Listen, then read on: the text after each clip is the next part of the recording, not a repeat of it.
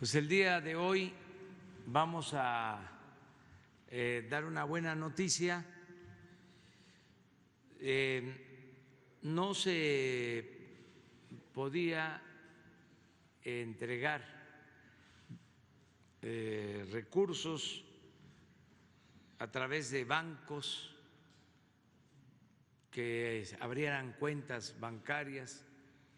Los jóvenes de menos de 18 años, que coincide con estudiantes de nivel medio superior, los que estudian lo que se conoce como preparatoria, sean colegios de bachilleres, escuelas técnicas, en fin, todos los estudiantes del nivel medio superior están recibiendo una beca y no podían cobrar con una tarjeta bancaria porque no se les permitía.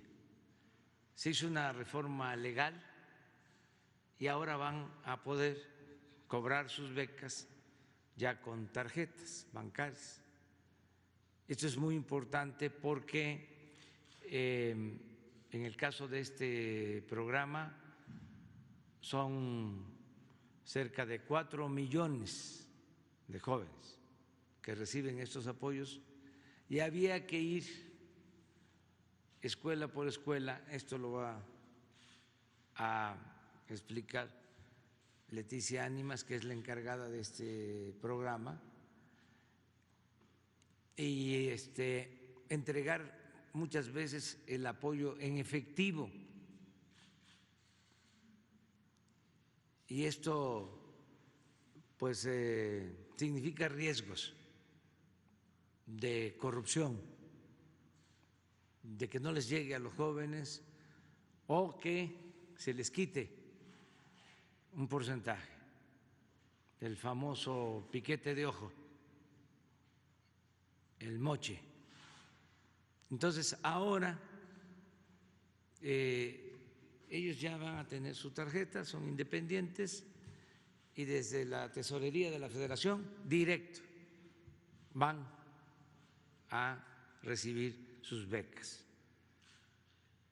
Esto se logró, repito, por una reforma y el secretario de Hacienda les va a explicar en qué consistió esa reforma.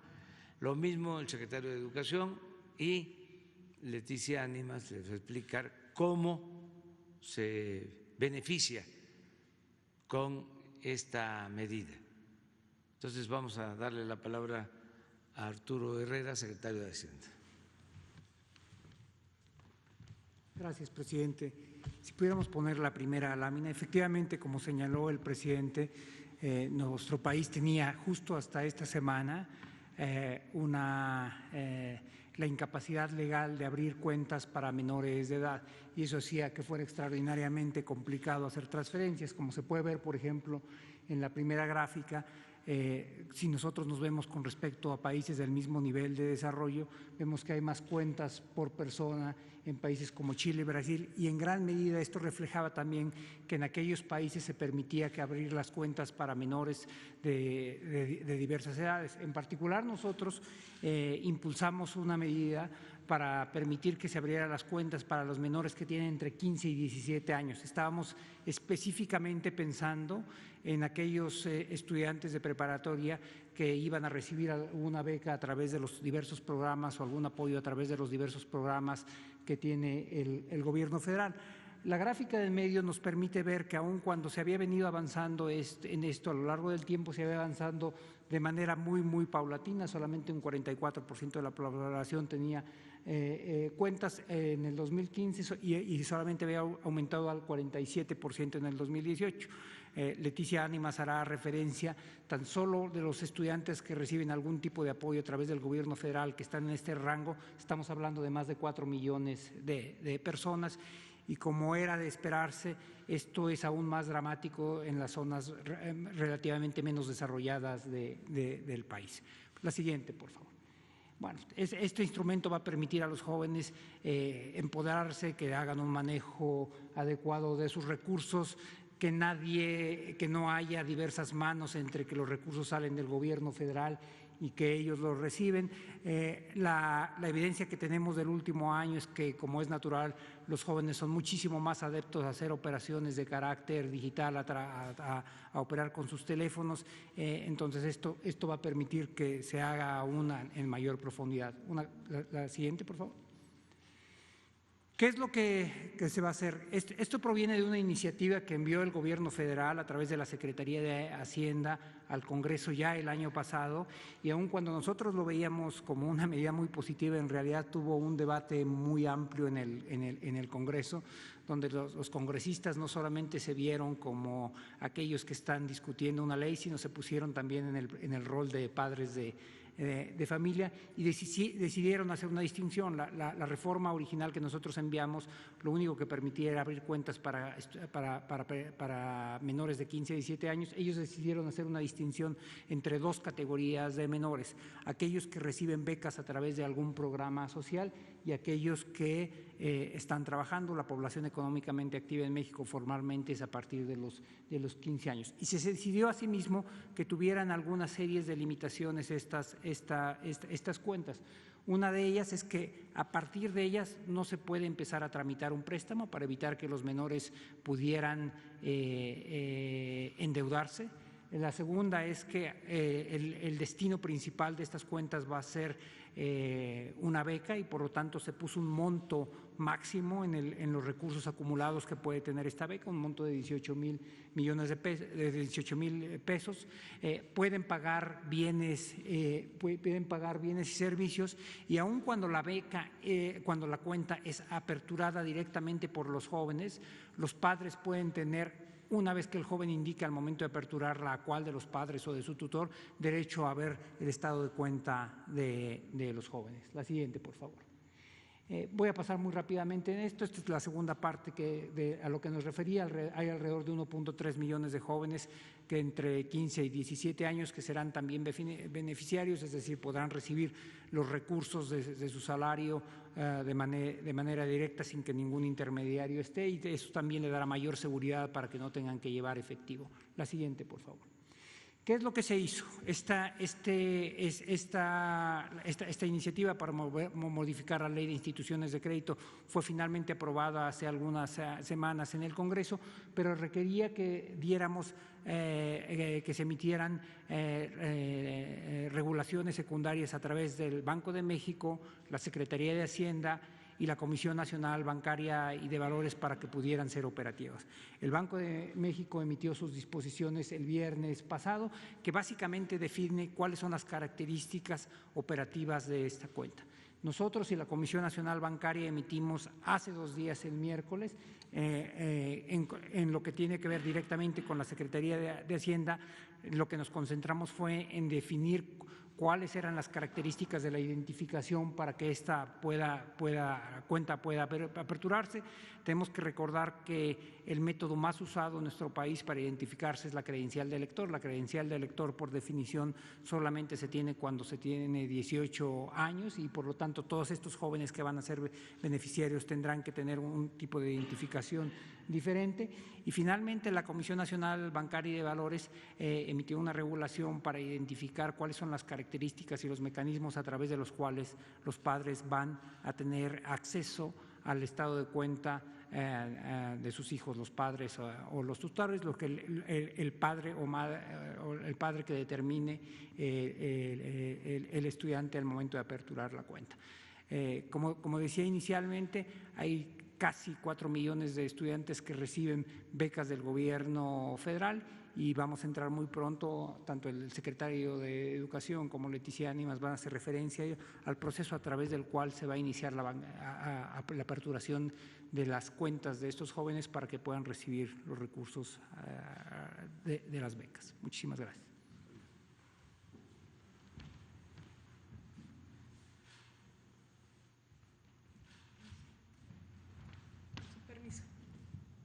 Muy buenos días.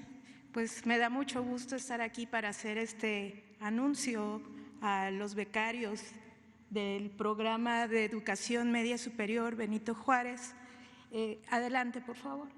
En el país tenemos casi 4 millones de becarios y becarias, son 3.927.625 becarios en este nivel educativo, que están distribuidos de esta manera en el territorio nacional y que hasta esta fecha, hasta antes de la pandemia hay que decirlo, teníamos que visitar en más de 13.008 escuelas durante 45, 60 días aproximadamente que duraba nuestro operativo para entregarles un aviso de cobro con el que pudieran acercarse a alguna institución bancaria a hacer efectivo el pago de su beca.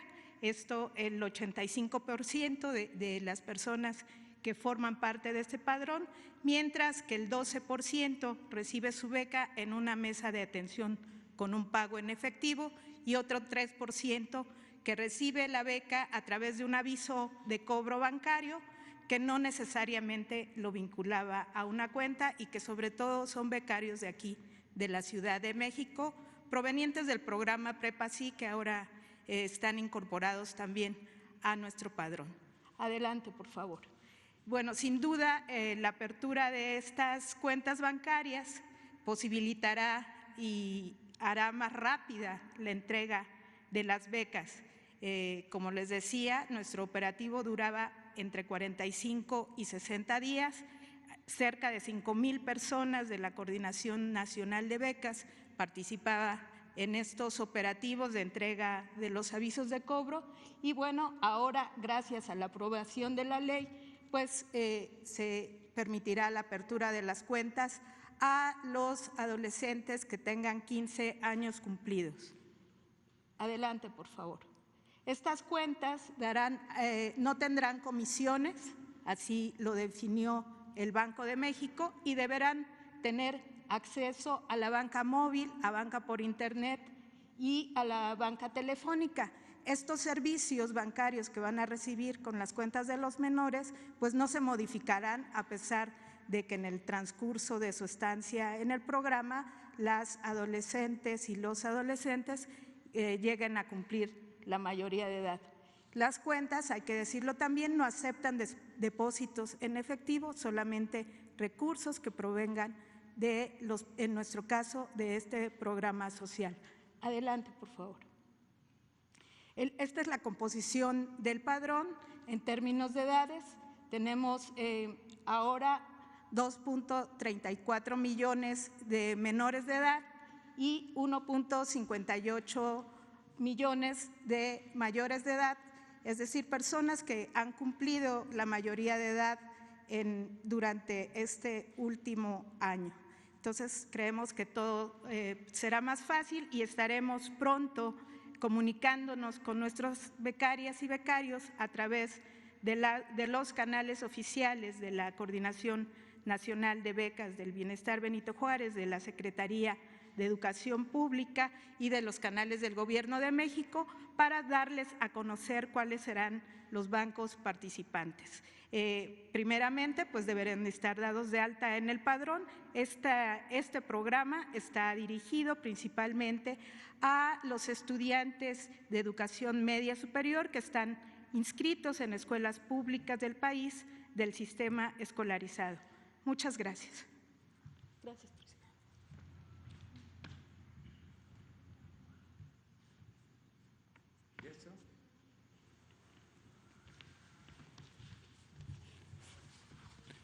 Señor presidente, amigas, amigos, solamente pues reiterar un compromiso que el señor presidente ha tenido desde siempre con los jóvenes de México.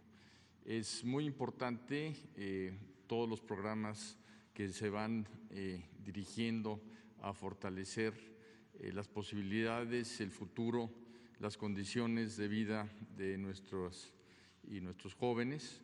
Y este es un instrumento adicional que viene a facilitar un programa muy importante en una edad para el sector educativo fundamental, que son de los 15 a los 17 años, la edad en que se estudia educación media superior, preparatoria, y esto va a facilitar sin duda las becas para nuestros estudiantes, va a facilitar su trabajo, su dispersión, y sin duda alguna es una muestra más del apoyo a la juventud mexicana, que es uno de los propósitos del gobierno del señor presidente. Creo que es muy claro que a partir de ahora 4 millones de jóvenes tendrán esta posibilidad, que los incorpora a una formalidad en el sistema que les permite tener una cuenta bancaria, por lo cual pues es una muy buena noticia como empezó esta conferencia el señor presidente. Muchas gracias. Pues esa es la información. Quedaron pendientes de ayer Juan Carlos Guzmán y Reina Aide Ramírez. Presidente, buenos días secretarios, buenos días a todos. Carlos Guzmán de ABA Noticias. 3 preguntas. La primera, rápidamente aprovechando que está aquí el secretario de Educación Pública, si nos puede comentar si a partir del próximo ciclo escolar va a comenzar ya en firme este programa, que es muy importante la cuestión de los recursos para los chicos, ya que hay que recordar que hay papás abusivos también en todo esto, que les quitaban las becas, que lo ocupaban para otras cosas. ¿Va a comenzar a partir del ciclo escolar o para cuándo comienza ya oficialmente este programa, por principio de cuentas? Pues ya es un asunto nada más de trámite, pero el programa está en marcha, se está entregando apoyo, nada más que ahora por tarjeta. va a ser con la cuenta. Con la tarjeta bancaria. Sí, Perfecto. pero no se detiene este programa. Están entregando ahora, ¿no? ¿Por qué no lo explicas? Sí. O sea, ¿cuánto se entrega, en dónde? ¿Y dónde? Exacto, por favor.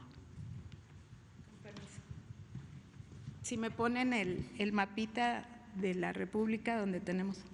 Bueno, les quiero comentar que los estados que están en color crema son los que tienen un mayor porcentaje de becarios, de 4 al 13.9%. Estamos en todo el país, ya les decía, incluso en lugares en los que la gente nos expresa que nunca había llegado un apoyo del gobierno. Ahorita recuerdo, por ejemplo, la Bahía de Tortugas en Baja California, en Mulegé, hay un telebachillerato donde tenemos 45 becarios y está ahí, estamos llegando en barco, en avioneta, a veces en burros, en caballos, ¿no? Estamos, sí, en todo el país. Y la franja verde son los estados que tienen entre el 2% y el 3.9% de becarios. En la franja guinda tiene entre el 1% y el 1.9% de becarios, y la franja gris son los que tienen entre 0.1 y 0.9% de becarios. El programa está funcionando desde el año pasado, ha crecido nuestro padrón. El año pasado tuvimos 3.5 millones de becarios. Este año, en el primer bimestre, dispersamos 4.1 millones. Hicimos una validación del padrón en febrero porque algunos subsistemas de educación media superior tienen egresos en ese mes, y ahorita estamos operando este padrón de 3.9 millones de becarios, que justamente ahora en el periodo de tránsito al nuevo ciclo escolar estaremos renovando también, y oportunamente les estaremos informando cuántos fueron nuestros egresados y cuánta gente está incluyéndose en el padrón. Debo decirles que en estas entregas que hemos hecho en las escuelas hemos tenido también la oportunidad de que cuando detectamos algún estudiante que salió del sistema educativo por causas que no conocemos, pero que muchas veces tienen que ver con razones económicas, los compañeros que están en territorio, los servidores de la nación, van a su casa, lo buscan y los invitamos a regresar al sistema educativo. El objetivo de las becas es eso, que los jóvenes permanezcan estudiando, que concluyan sus estudios, y bueno, el hecho de que ahora un solo organismo, como es la Coordinación Nacional de Becas, tenga todos los programas de becas educativas desde la educación básica hasta la educación superior, pues nos permitirá en algún momento ver la trayectoria educativa de los jóvenes, incluso de manera individualizada. Gracias. Miren, aprovechando porque es interesante para el conocimiento de la geografía de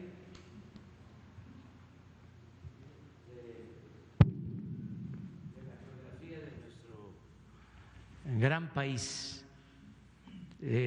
Leti habló de Bahía de Tortuga.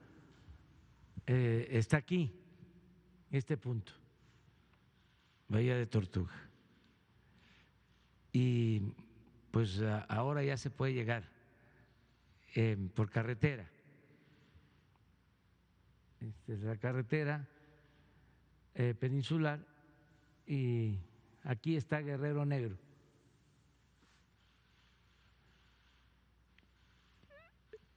Pertenece al municipio de Mulegé, que es el municipio con más extensión territorial en el país. Este municipio era hasta hace muy poco el segundo, porque el primero era Ensenada, pero ya se creó el nuevo municipio de San Quintín, por aquí. Entonces, hasta allá llegan las becas y desde luego a los que estudian en los lugares más apartados, en la sierra de todo el país. Es universal, es decir, todo el que estudia en el nivel medio superior recibe una beca, el que estudia en escuela pública. La segunda, durante su gira este fin de semana por Veracruz, no sé si le hayan comentado un caso especialmente de violencia política de género. Se trata del que involucra a Yasmín Martínez Irigoyen de Coatzacoalcos. Ella ha denunciado reiteradamente al alcalde Víctor Manuel Carranza en cuanto a que no puede ocupar cargos públicos porque tiene delitos que le impiden. Esto es de conocimiento también del senador Ricardo Monreal, también de Alejandro Rojas Díaz Durán. No sé si durante la gira que tuvo por Veracruz se le comentó de este caso, señor presidente. Sí, hubo una denuncia de una señora que me abordó, me entregó un documento, creo que en el camino a la refinería de Minatitlán. Tenía conocimiento de que es una acusación en contra de un legislador, pero de todas maneras ahora lo vemos y se están atendiendo todas esas denuncias. La tercera, me gustaría consultarle su punto de vista sobre el caso Notimex. Está obviamente San Juana Martínez en este sentido. Ya hubo una sentencia que suspende las actividades de la Agencia del Estado Mexicano en cuanto a noticias, pero finalmente es una lucha que ha venido dándose en dos frentes. Uno, en el frente de San Juana Martínez, hay que ser francos, tiene un sindicato en el cual a lo mejor sí defendía a los trabajadores, pero también cometía delitos como el tener vacaciones hasta de año y medio para trabajadores, la cuestión de los salarios, de las cuotas sindicales que no eran claras en cuanto al señor Conrado. Si nos puede dar su punto de vista respecto a esta suspensión que ya se tiene de las actividades de Notimex. Bueno, que se respete la ley, lo que ha decidido la autoridad y que se busque al mismo tiempo la conciliación, que se dialogue y que se llegue a un acuerdo. No hay que estarse agrediendo hay que buscar del diálogo y con apego a la legalidad y a lo que es justo, y yo creo que se va a resolver este problema. También no alarmarnos si existen conflictos. Esto es propio de una sociedad democrática. Solo en la dictadura todo mundo permanece inmovilizado, ¿sí? Sin derecho a manifestarse, a expresarse. En una democracia siempre hay debate. Entonces, que se busque el diálogo, y diálogo con compromisos. Eso se puede alcanzar con compromisos, con respeto, escuchar a todos. En esto tiene que ayudar la Secretaría del Trabajo, y le voy a pedir a Jesús también que nos ayude, que Luisa María Alcalde y Jesús Ramírez ayuden en la intermediación y en el arreglo, y no descalificar, no vencer, convencer, no vernos como enemigos a destruir. Si acaso, y eso en última instancia, como adversarios a vencer, no como enemigos a destruir. Y eso, insisto, cuando ya se agota todo, y al final, ya cuando no hay diálogo, se cierra la posibilidad de un acuerdo. Yo soy partidario de que todo se puede resolver, todo se puede arreglar con diálogo, y más diálogo, y diálogo, y diálogo, y diálogo, y cero violencia. Nada de querer resolver las controversias, los conflictos mediante la fuerza. Entonces, podría lograrse un acuerdo. Okay. Y finalmente, el día de ayer en el Senado de la República, el senador Ricardo Monreal presentó una iniciativa para fusionar instancias como el IFT, el de Telecomunicaciones, junto con COFESE y otro instituto. Esto, desde su punto de vista, ¿en qué podría beneficiar unir estas instancias? Obviamente, en base a la austeridad que usted está proponiendo, ya parece que Ricardo Monreal tomó palabra de usted y cartas en el asunto. ¿En qué podría beneficiar esta fusión del IFT y COFESE? Bueno, pues yo no conocía de esta iniciativa. Hay que recordar que los legisladores obviamente tienen capacidad, tienen facultades para presentar reformas, iniciativas de ley.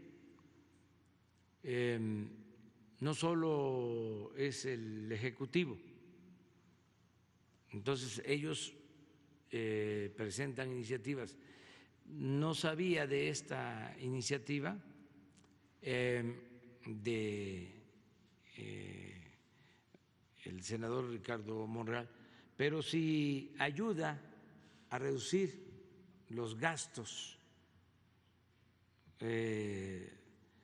cuando la conozca, ¿no? Si es para ahorrar, estoy de acuerdo, porque hubo muchos excesos en la creación de organismos, muchos innecesarios, y casi todos muy costosos, con mucho gasto. Este organismo, el IFETEL, me comentaban, ya lo dije una vez aquí, tiene como 40 direcciones. Es un aparato burocrático excesivo, pero no es el único caso. El Instituto de Transparencia igual. Y en el caso del Instituto de Transparencia, su presupuesto es más de 1,000 millones de pesos al año.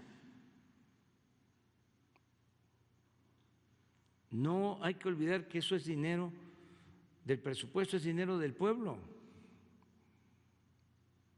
Y se les hizo fácil, fue parte del modelo neoliberal, ir creando todos estos aparatos, pantallas, porque este Instituto de Telecomunicaciones se creó para que no predominaran los monopolios en la comunicación y se ha avanzado muy poco. Siguen habiendo los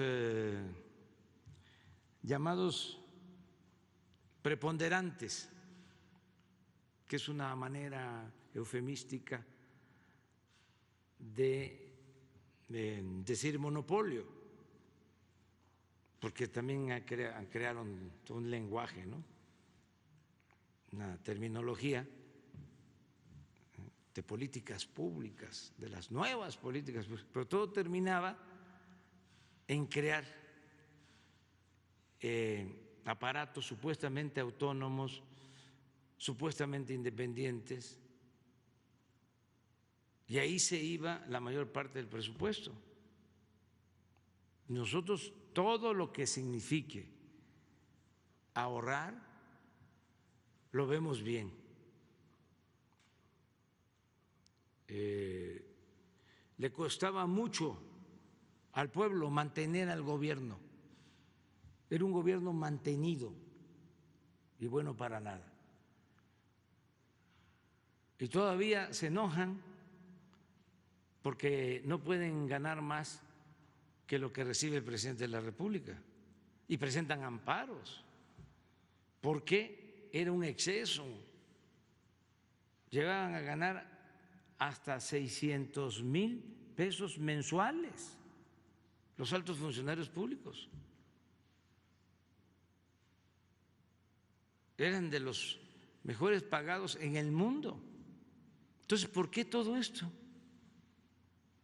Porque era una república simulada.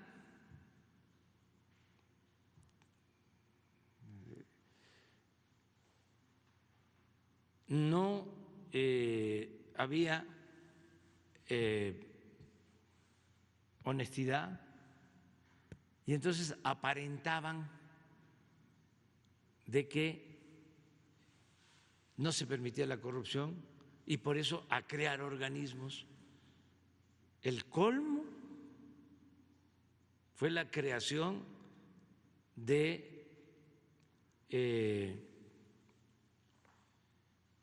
esta institución de combate a la corrupción, Sistema Nacional Anticorrupción.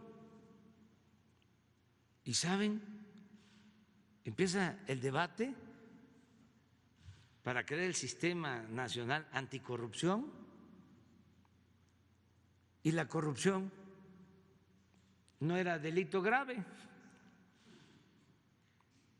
porque desde 1994 se reformó el Código Penal para que la corrupción no se considerara delito grave. Y están funcionarios y los de la llamada sociedad civil, porque todos esos, al final de cuentas, lo que buscaban también era acomodarse, en estos organismos, hablando del Instituto Anticorrupción, cuando no era delito grave la corrupción, el que robaba podía salir bajo fianza. A ese grado de simulación se llegó. Entonces, si hay esta iniciativa y va a significar ahorros, adelante. Solo en el sector energético crearon como 5 o 6 organismos.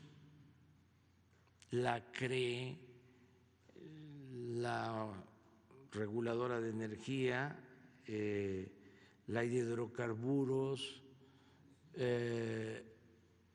otra que hay para administrar los fondos derivados del petróleo, en la industria eléctrica lo mismo,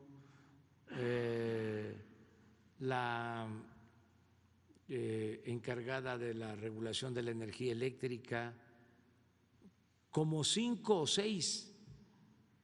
¿Qué no era suficiente el Consejo de Pemex, el Consejo de la Comisión Federal de Electricidad, la Secretaría de Energía, crear 5 organismos? Pero todos, y ahora se respeta el que no ganen más que el presidente, pero antes se servían con la cuchara grande. ¿Y qué hacían? Pues autorizar todas las operaciones fraudulentas. ¿Quiénes autorizaron la compra de la planta de fertilizantes?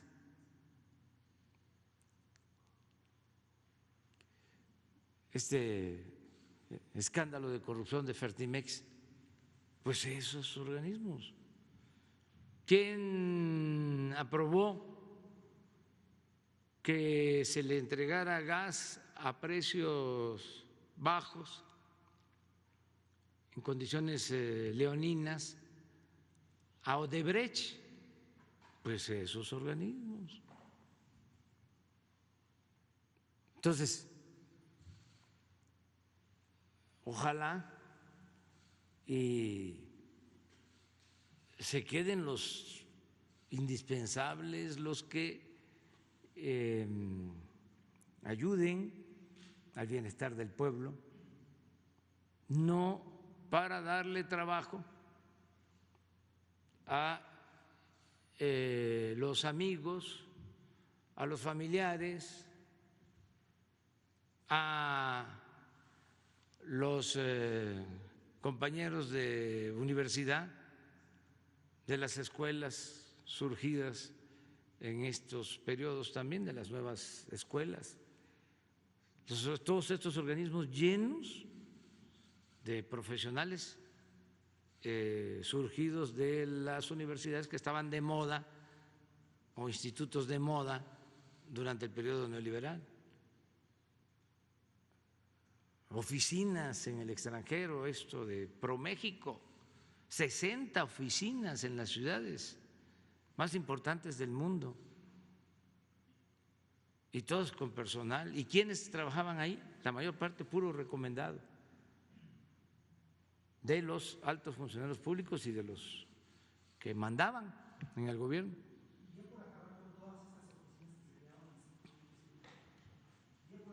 ¿Todas estas oficinas que se quedaban así? No, no hemos nosotros hecho nada prácticamente para eliminarlas. Sí, la subsecretaría sí, lo que nos corresponde, y ahí vamos poco a poco limpiándolas, porque genera mucha oposición Imagínense que nos metamos en esto. Si ahora con los fideicomisos se rasgaban las vestiduras, ya van a dejar a los familiares de las víctimas sin apoyo, ya van a dejar a los niños sin sus medicinas para curarlos por padecimiento de cáncer, ya van a dejar a los creadores, no les importa la cultura, la ciencia, la tecnología. Pues es que había un número amplísimo. Aquí está el secretario de Hacienda. ¿Cuántos fideicomisos? 338 fideicomisos. ¿Y entonces para qué está el gobierno? Aparte de las secretarías, 338 fideicomisos. Sí, de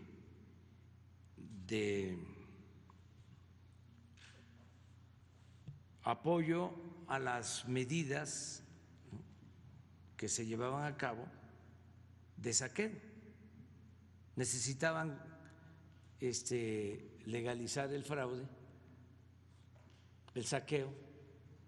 Habían, por ejemplo, testigos sociales, les llamaban, para la supervisión de las obras, y supuestamente con eso, pues igual que lo de la transparencia, no iba a haber corrupción. Había muchísima corrupción y estos firmaban. Es como lo de los consejeros, que aprobaban todo. O sea, ¿ustedes creen que en la compra de Fertimex fue nada más el director de Pemex? No, fue el Consejo el que aprobó, además del director de Pemex, desde luego. Entonces, para eso eran todos estos organismos.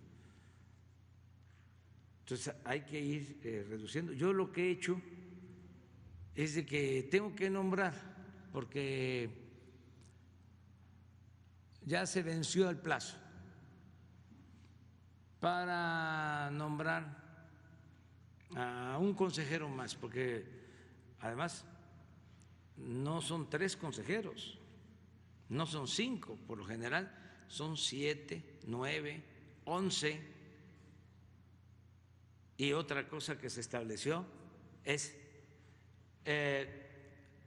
duración en el cargo, son inamovibles para 12, 15 años. Buenos sueldos. Entonces, cuando queda una vacante, me doy mi tiempo, porque no hace falta. Si hay un organismo de 9, ¿sí?, y hay 5, pues esos 4 pueden esperar y nos ahorramos los sueldos. Vamos ahorrando. Si fuese algo así urgente, no, pues hay que tener completo al grupo, porque son decisiones trascendentes, fundamentales para el desarrollo de México. Pues no pasa nada,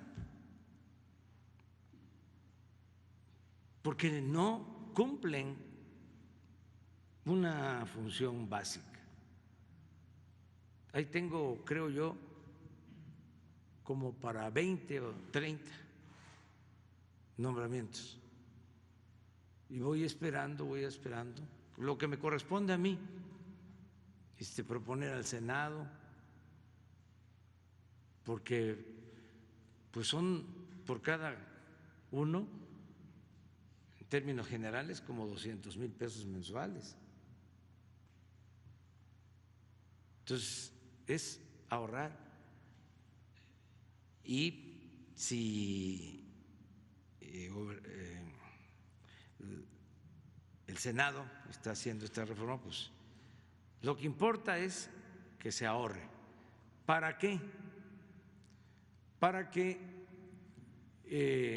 no nos ensimismemos, que no se gaste todo el presupuesto en mantener al gobierno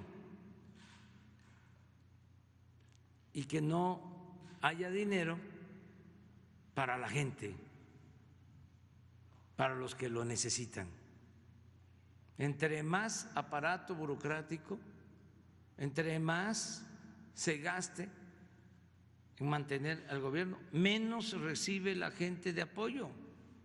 Estas becas, ¿cuánto es la inversión nada más del programa de becas de media superior? Casi 6,000 millones trimestrales. Sí, pero al año 30,000 millones. Sí. Aproximadamente 30,000 millones. Pues, ¿cómo podemos financiar esto? Pues con los ahorros. Si no, no podríamos. Bueno, pero eso es lo que te quería comentar. Reina.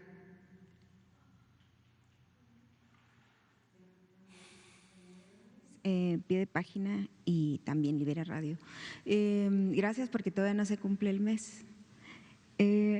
Son dos cosas. Aprovechando lo que acaba de decir, creo que es un buen consejo para los legisladores de Morena en Sonora que ahorita están renovando la anticorrupción y que pues tampoco no ha servido de nada y se pelean por los partidos por meter a sus afines y hasta ahorita no ha servido de nada. Entonces ojalá tomaran ese consejo de tomarse su tiempo para elegir a gente que no hace nada. Y lo otro es sobre la preocupación, hay un plantón allá afuera que mañana cumplen ya una semana los familiares de personas desaparecidas en el país.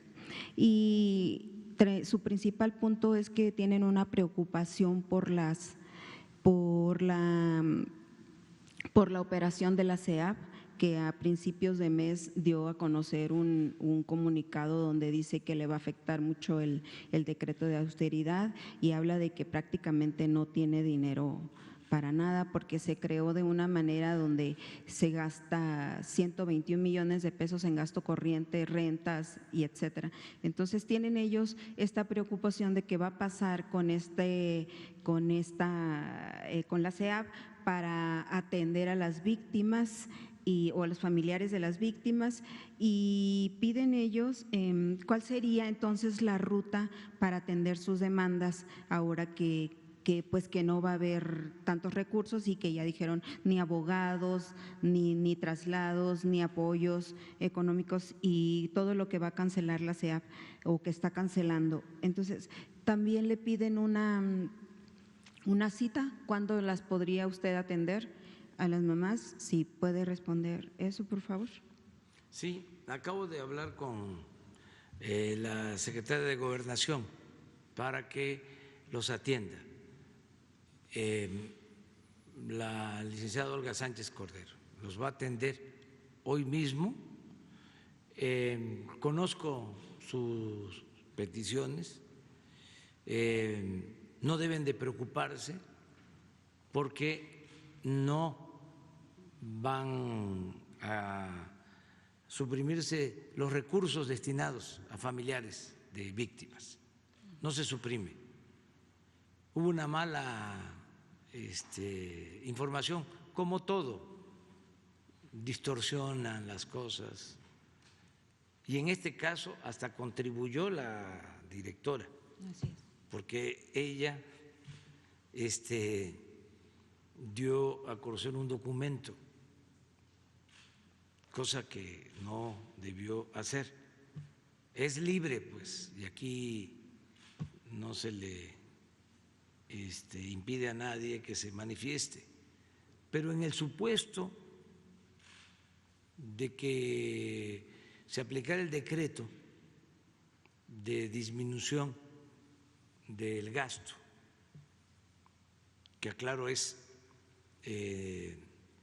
a partir de mayo, ya lo que se ejerció, sino lo que no se había ejercido de mayo a la fecha, y empieza a aplicarse a partir de mayo o a partir de junio. A partir de mayo. Entonces, lo que en dos partidas, gastos de operación y servicios generales, nada más. Los entes de derechos humanos estaban exentos en el propio decreto. Sí. Es que ni siquiera les Sí, aplicaba pero eso allá voy. Entonces, pero bueno, aún así, la disminución es el 75%. 75. De lo que faltaba por ejercer. Quiere decir que de eso ¿sí? se les dejaba el 25%.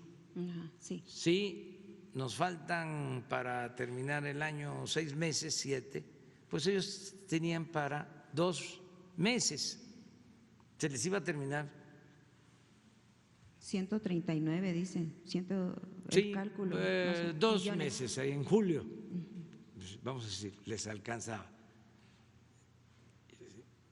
Y desde antes de eso empieza la protesta y de manera injustificada. A ver si no tienen el decreto. También se Porque quejan de ella. los derechos humanos se consideraron como prioritarios en el decreto. Lo que dice Ah, sí. Arturo no aplica para los proyectos prioritarios. Un problema de comunicación, de entendimiento. De comunicación, y pues cómo vamos nosotros a dejar sin apoyo a familiares de víctimas, cómo vamos a dejar sin medicina a los niños enfermos de cáncer. Bueno, ni a los que reciben becas de estudio para posgrado en ciencias, los creadores, escritores, artistas. No podemos hacer eso. Es poner orden, porque como se comprenderá, más de 300 fideicomisos. Sí. Es un asunto totalmente anormal, y muchos de estos fideicomisos con dinero manejado de manera discrecional. ¿Los debería de transparentar? Los 300. ¿Cómo? ¿Debería de transparentarlos? Sí, lo que estamos haciendo es que Hacienda recoge ¿sí? todos los recursos y entregar los apoyos de manera directa. Si es una familia con una persona desaparecida, se le está entregando un apoyo de conformidad con la ley, pues entregárselos de manera directa, como las becas, ya sin intermediarios. Bien. Porque para todo creaban aparatos. Había que ayudar a los adultos mayores, el Instituto para la Atención a la Tercera Edad, el Instituto para la Atención a los Adultos Mayores.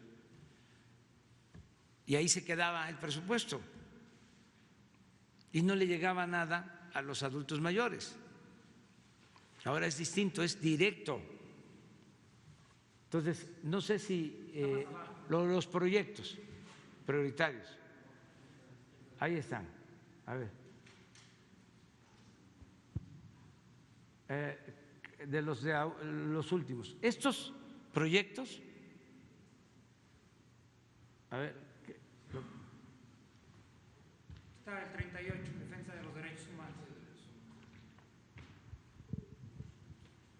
es este, 38. Estos no solo mantienen su presupuesto, estos 38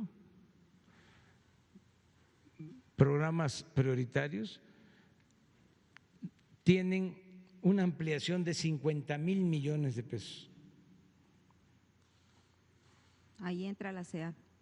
Sí, derechos humanos. Ok. Entonces, pero también hay otro tipo de peticiones, o sea, hay un cuestionamiento a que se está manejando mal o se está Sí. administrando mal. Y quejas este de organismo. maltrato de los funcionarios. Sí, ¿Es algo general eso, presidente?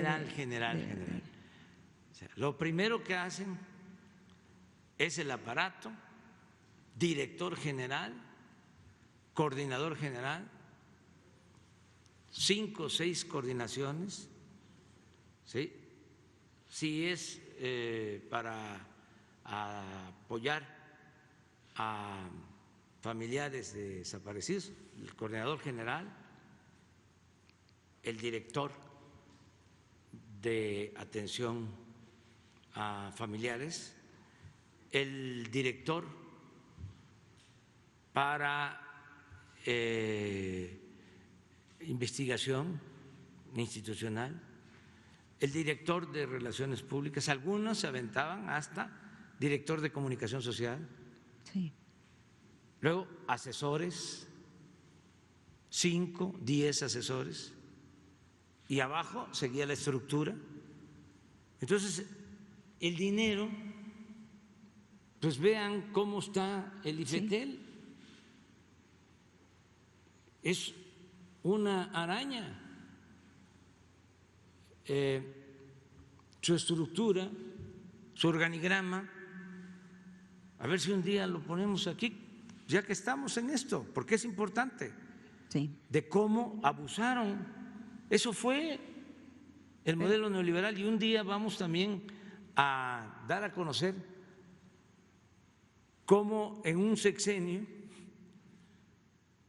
se crearon cuántas direcciones generales adjuntas, pero como cuántas.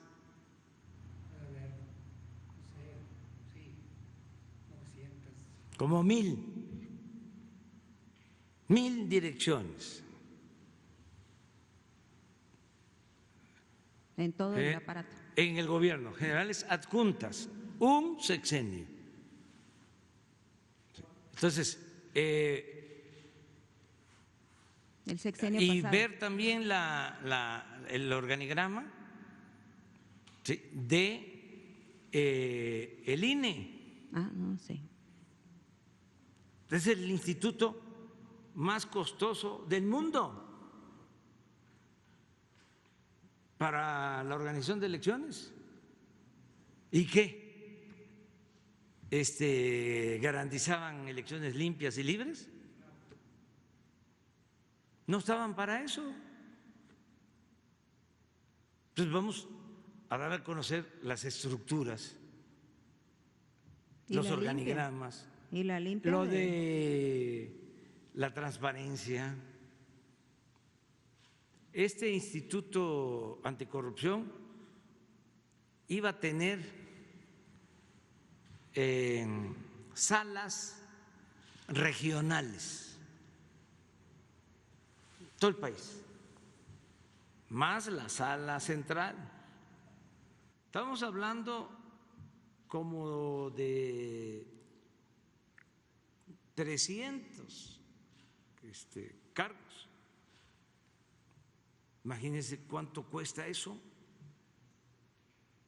Entonces ahora vamos a hacer una propuesta para que haya una sola sala nacional, una que atienda todo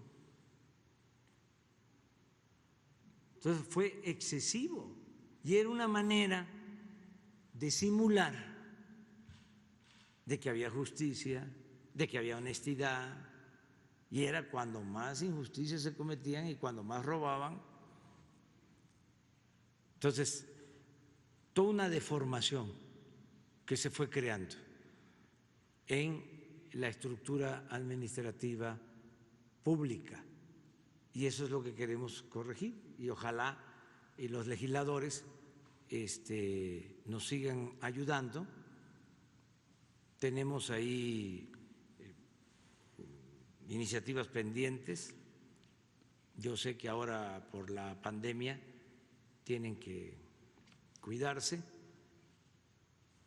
pero ojalá y resuelvan por conferencias,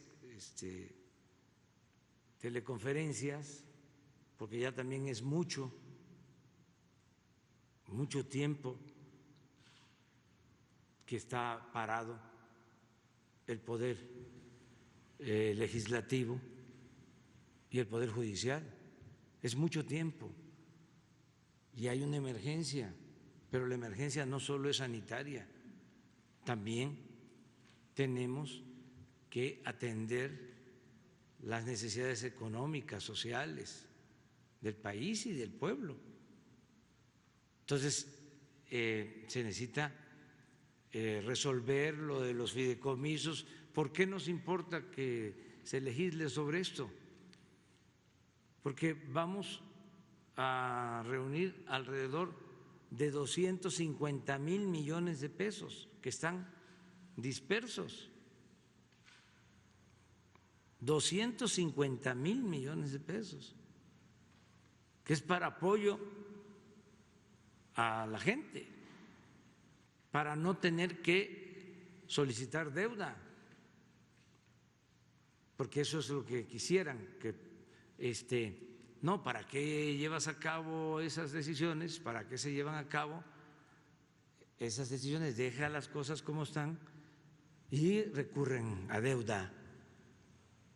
Dice, ya va a pasar, ahora se está cayendo la economía, ni modo, va a aumentar la deuda con relación al producto, pero el año que viene, o el 22 o el 23, o los que quedan, va a mejorar la economía, aumenta el Producto Interno Bruto y entonces se puede bajar la deuda. No. ¿Y qué pasa si salimos de esta y viene una recaída, un rebrote en lo económico y ya con techos de deuda elevadísimos? Entonces hay que actuar con responsabilidad y apretarnos primero nosotros el cinturón, el gobierno, para tener finanzas públicas sanas. Pero bueno.